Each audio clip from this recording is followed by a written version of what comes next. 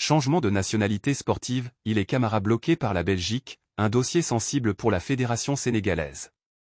À quelques jours du très attendu match contre le Soudan, comptant pour la 5 journée des éliminatoires de la Coupe du Monde 2026, une nouvelle est venue assombrir l'horizon de la tanière.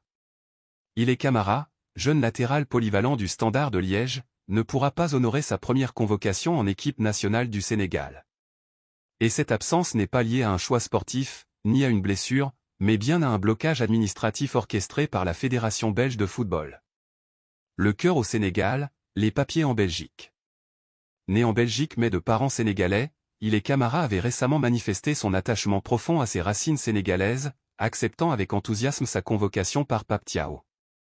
Il n'en faisait aucun mystère dans ses récentes déclarations, expliquant qu'il avait écouté son cœur, et soulignant que son père, sénégalais, était la personne la plus importante de sa carrière. Ce changement de nationalité sportive représentait donc bien plus qu'un simple choix de carrière, un acte d'identité et d'héritage.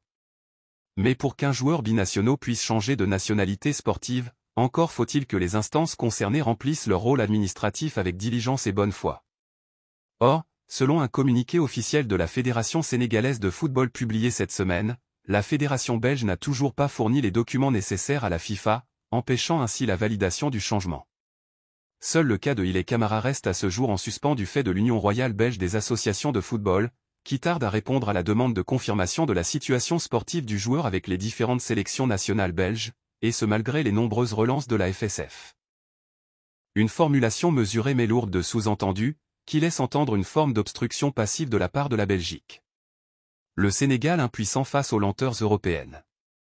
Côté sénégalais, la frustration est palpable. Toutes les démarches ont été entreprises dans les délais, demandes officielles à la FIFA, relances répétées auprès de la fédération belge, volonté claire du joueur. Mais sans la validation écrite de l'URPSFA, fédération belge, la FIFA ne peut pas officialiser le changement de nationalité sportive. C'est une règle, et elle s'applique strictement. Ce silence interroge, pourquoi un tel manque de coopération? S'agit-il d'un oubli, d'un engorgement administratif, ou d'une manœuvre politique pour retarder une décision que la Belgique pourrait encore espérer inverser? Ile Camara, rappelons-le, n'a encore jamais été sélectionné en équipe à belge. Il est donc parfaitement éligible à un changement de nationalité sportive, à condition que les autorités compétentes fassent leur travail. Un contexte sportif stratégique pour les Lions. Ce dossier tombe mal. Pape Thiaw avait justement anticipé les manques sur le flanc droit en convoquant 2 jeunes latéraux de métier, Antoine Mendy, Nice, et Ile Camara. Ce dernier, capable d'évoluer aussi bien comme latéral que comme piston, aurait pu offrir une solution tactique précieuse, surtout face à une équipe soudanaise réputée difficile à contourner sur les ailes. Privé de ce renfort, le sélectionneur sénégalais devra peut-être recomposer son système ou surutiliser certains cadres, au risque de les exposer physiquement.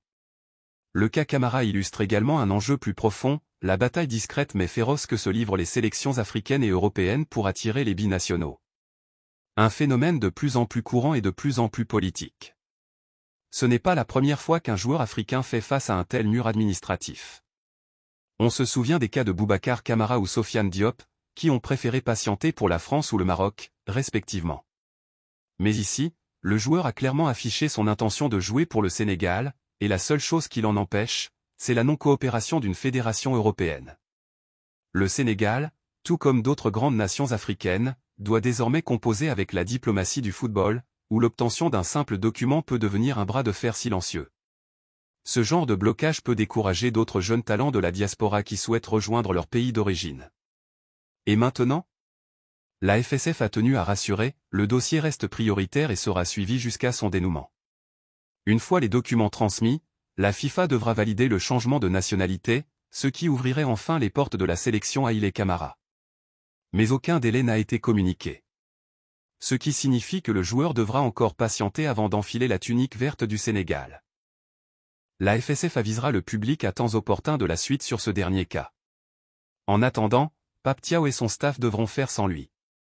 Et Ile Camara, pour sa part, espère toujours que son rêve d'enfant se concrétise au plus vite.